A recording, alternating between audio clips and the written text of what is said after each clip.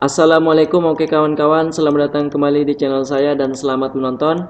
Pada kesempatan kali ini saya akan membahas tutorial mengenai cara logout dari Twitter di laptop.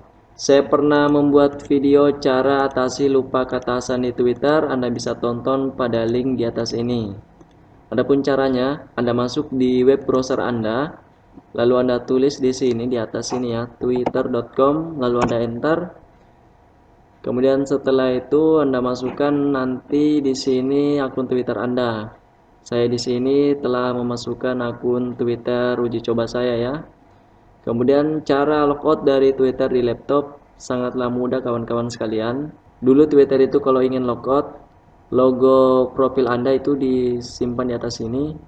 Hanya sekarang ini sudah dirubah jadi adanya di bawah sini ya. Jadi adanya di paling bawah sini, Anda bisa lihat. Adapun cara logoutnya, Anda klik 3 titik mendatar ini.